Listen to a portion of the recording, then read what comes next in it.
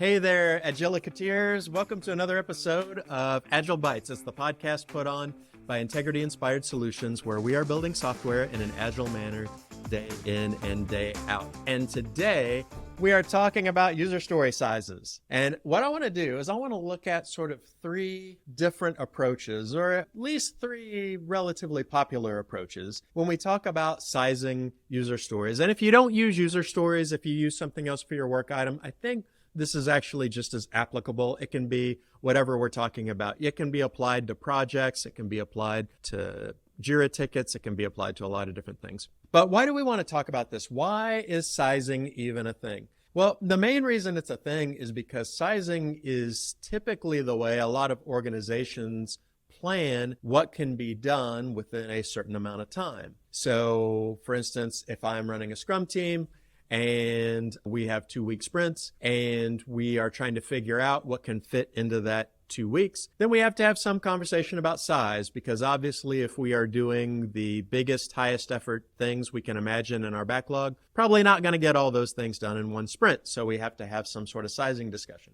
Back in the olden days when we used to do old school project planning, this was also a big deal. We had to figure out how big everything was, so we could sort of figure out the overall project timeline and what's a realistic or unrealistic date. Well, the things that we've discovered really quickly is absolute sizing is something we're all terrible at. So whether it's a feature or a user story or a sprints with a work or a whole project, human beings are just really hard at taking a unit of knowledge work and telling you how long that's going to take in absolute terms. And when I say absolute sizing, that's what I'm talking about. I'm talking about units of measurement that are objective. So how many hours will this take? How many days will this take? Those are all absolute sizes. They're a unit of measurement that doesn't fluctuate. It doesn't change. If I say something's going to take 6 hours, I mean 6 hours, and that's the same thing that I would mean to anybody that I said 6 hours to. But the problem is that we're really bad at this. Whenever we do that, we always tend to run overtime, almost every single time. And so we found out pretty quickly, especially in an agile world with a lot of iterations,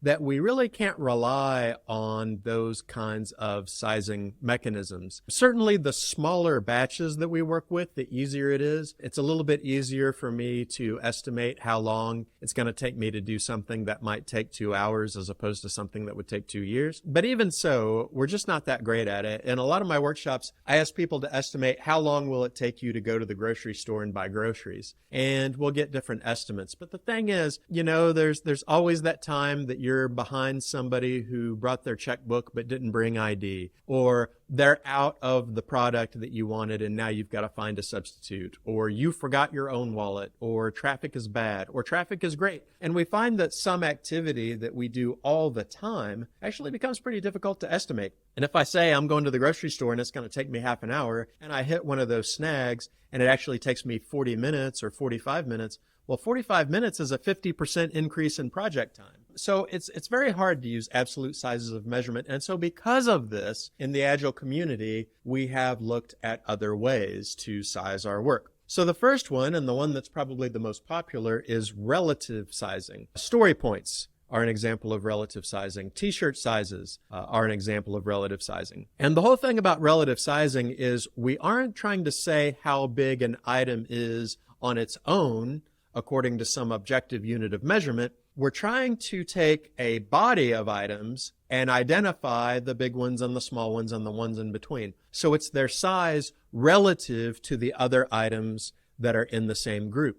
Planets are all big, but I can tell you where the small planets are and where the big planets are, right? I can tell you Mercury is very small, Jupiter is very large. Now, all planets are large, right? But relative to each other, some of them are small, some of them are large, some of them are in between. Dog breeds. Great Danes are very big. Chihuahuas are very small. However, relative to all the objects in the world, Great Danes are smaller than a jumbo jet. But it doesn't matter. In the world of dogs, Great Danes are enormous. So relative sizing is all about you take a certain group of objects, and out of that group, within the boundaries of that group, you identify the big things and the small things. So right out of the gates, I find that most places doing relative sizing are not doing it well. They are using relative sizing as a proxy for absolute sizing. So what they're doing is they're taking an item, figuring out what the absolute size of that item is, their estimate for that, and then using whatever the relative label is for that. I'll give you an example. And this happens a lot. Somebody takes a look at a user story. They think, oh, that'll probably take me a couple of days. So that is 3 story points, because every story point is, 3/4 of a day or something like that. So in their head, they are coming up with an estimate in absolute terms and then making it into story points or making it into a t-shirt size. This is exactly the wrong way to go about relative sizing. If this is what you're doing, please stop. Stop for me. Stop for the children. Stop for the sake of a better world. There's no reason to do what is essentially absolute sizing and then slap some other scale on top of that. That makes no sense. If I think something is going to take 2 days, just say 2 days. Don't say it's going to take 5 falugals. Well, what's a falugal? Oh, a falugal's half a day. Like that doesn't make any sense, right? Just say what the unit of measurement is. Those units of measurement, story points or t-shirt sizes or whatever, they only make sense within the same body of items. So here's a way to know if you are secretly doing absolute sizing. Take your scale. So if you're doing t-shirt sizes, maybe one end of your scale is extra small, the other end of the scale is extra large. If you're doing story points, maybe you're starting with 1 and you are cutting out anything that's bigger than an 8 or anything that's bigger than a 13. So 8 is the end of your scale. If that's true, you should have stories that are 1s. You should have stories that are 8s. And the bulk of your story should be whatever your middle range is. If that doesn't match up with your backlog, you are probably doing absolute sizing. I'll give you an example. I talked to a team once, and they used the Fibonacci sequence. So they basically did 1 to 8. Anything that was bigger than an 8, they sent back through the process. And so I said, okay, well, how many 1s do you have? And they said, none. Everything is at least a 3. If you're doing relative sizing, this is mathematically impossible. You have to have your smallest items, right? In your group of user stories, at least one of them is the smallest one. That's 1. I don't care if that smallest one takes 8 years to complete. It's your smallest one. That's your 1. Somewhere in that group of user stories is your biggest one. I don't care if your biggest user story takes 37 seconds to complete. If it's your biggest one, that's your 8. It's about the sizes relative to the rest of the work you have to do. It's not about comparing it to some objective measure like, oh, I don't think this will take very much time, so let's make it a 1. How big is it in comparison to all the other things that you have to do? That's what those scales are all about. So your distribution should be that pretty much every number is going to have something in it, especially the things at the end, and the bulk of them should be whatever your middle is. So if you use like the Fibonacci sequence and you do 1, 2, 3, 5, 8, most of them should be 3s. And then you should have some in the 1s, some in the 8s, and then maybe a little bit more in the 2s and the 5s. That's how you know you're doing relative sizing. What you've got then is you've got a distribution where you can say, I don't know exactly how long the 8s are going to take, but I do know they're going to take the longest. They're going to be the biggest things. And we run a risk if we try to do all of our 8s in one sprint, right? We should probably throw some of the lower effort things in there. So that's the way you do relative sizing. So let's take a look now at what we call right sizing. This is something that has come up in the Kanban community. It's become popular mostly from the Kanban community, although its use is much broader than that. And a lot of people, when they hear the word right sizing, they think it means try to make all your work items the same size. And that's not what it means. What right sizing is you look at how long most of your things take. In Kanban terms, we call this the service level expectation. So let's say 85% of our work items, our user stories for us, 85% of our user stories take 13 days or less. So what right sizing means is when I'm looking at my work items, I am going to try my best to trim them down to something I think will take 13 days or less. It doesn't mean making them all the same size. It means trying my hardest to get them down to something that fits our service level expectation. So again, if we find, for instance, that 85% of our user stories or tickets or cards or whatever get done in 13 days or less, then when I'm looking at cards and they look like they're going to take significantly more than 13 days, then I want to whittle them down until I have, maybe 2 cards that are both under 13 days or something like that. That's what right sizing is. It means taking your service level expectation, taking a look at your work items, and any of them that seem like they're going to violate the service level of expectation, you split them up, you break them up, you reduce their scope, you do something to them to try to bring them more into conformity with what your work typically looks like. Now, the reason that people are into right sizing is this adds a certain level of predictability, as much as we can get in knowledge work anyway, to your output. So if we know that our service level expectation is generally 13 days or less, obviously there's going to be some outliers. 85% is not 100%.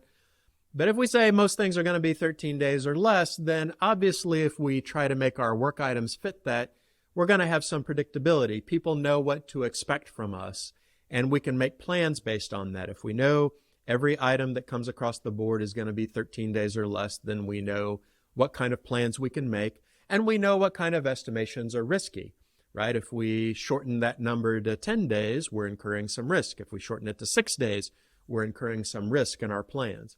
So that's why right sizing has become popular, especially with people who do their projections and forecasts based on historical data, because the more consistent that data is, then the more realistic our projections will become, and the better idea we have of risk if we start using lower and lower numbers. In fact, we can mathematically quantify it. So that's why right sizing has become popular, and that's what it means. It does not mean trying to make all work items the same size. I would highly encourage you not to try to do that. I think that's a fool's errand in a lot of ways, to try to make all your work items a similar size. I think you're just going to kind of do some violence to a lot of those work items and end up with weird Frankensteinian amalgamations of work items where you've sliced the top off of one and slapped it on top of a smaller item or something to try to make them all come out about the same. But now I want to talk about a third option. This is my favorite option. This is the one that I use, and I've given it the witty term no sizing, because I'm not even sure any of this is necessary at all. I'm not sure we get anything out of it. And let me use an analogy. Let's say that we run a mail order business and we sell widgets, and our customers will order 1 to 50 widgets, 1 to 100 widgets, whatever, and we always ship out our widgets in this special box that we have to hold the widgets. Whether it's 1 widget or whether it's 100 widgets, we load them up into the special widget box and we send them. How do I know when to order new widget boxes from my supplier? How do I know when I'm about to run out of widget boxes? Does it have anything at all to do with the number of widgets in the box? It doesn't. You know, some of those boxes might take 5 minutes to pack. Some of those boxes might take an hour to pack. Maybe if there's enough widgets, I spend all day packing a box. But ultimately, the only thing that matters is, how fast am I running out of boxes? How fast am I getting boxes out the door? And let's say that, every day I generally get 5 boxes out the door. Maybe some days it's 2, maybe some days it's 8 or 10. Maybe occasionally I have some crazy day and it's 17 or 18. But generally speaking, I get through 5 boxes a day. It really doesn't matter how long it took me to complete an individual box. The only thing that really matters is I'm getting rid of 5 a day, right? And that's what's going to give me the information that I need to know when I'm going to go through a certain number of boxes and when I'm going to need to order new boxes. The only thing that I really need to know is, how fast do I get through boxes? I don't need to know how long the boxes took. I don't need to know even how big they are. It's how fast did I get through them? And I would offer to you that keeping track of your throughput is going to give you way, way better information than spending time trying to figure out how big things are or trying to figure out how to trim things down to be exactly the size that you're trying to get them to. How many work items do you go through over a certain period of time? That's all you need to know. If you generally complete 3 cards a week, that gives you everything you need to know to plan. That lets you know when you're going to need more cards queued up. That lets you know when people can expect the cards that are currently in progress. What is your completion rate? If you know what your throughput is, I would argue that you generally don't need to have any kind of sizing discussions at all, because it really doesn't matter. Now, I do think that there are some helpful things you can do if you decide to take this approach. One thing that I always do is I always want to make my user stories the smallest deliverable unit of value that I can make them. So I have a bias to make user stories as small as possible. I don't have a target size in mind, but I do want to get them to be as small as I can get them and still be a deliverable thing. And I will split user stories all the time that I think are too big, that could be more atomically deliverable. I want to rigorously drill everything down to its most irreducible value proposition so that I couldn't make them smaller even if I wanted to, right? Even if I did want to right size them. So I do things like that. I also agree that it can be beneficial to, in limited context, have discussions about the size of work items. For example, when we're prioritizing, if I can tell somebody, if we get feature C done before feature A will go a lot faster, that's very valuable information. Or if someone really wants to see feature A and it's 5 times bigger than the next 5 features, I might bring that up. You know, do you really want to wait and see feature A, or do you want to get these other features out the door and people can be getting value out of them and we can be testing them and getting feedback from them while we then work on this very large feature? So I do think there are instances where sizing at a small level, maybe a few items, are useful in terms of the conversation we're having. But as an overall practice where we size everything all the time, I just don't think it's necessary most of the time. As long as we are trying to make our user stories small and atomic and deliverable, and we are keeping good track of how often we finish things, that's really all we need.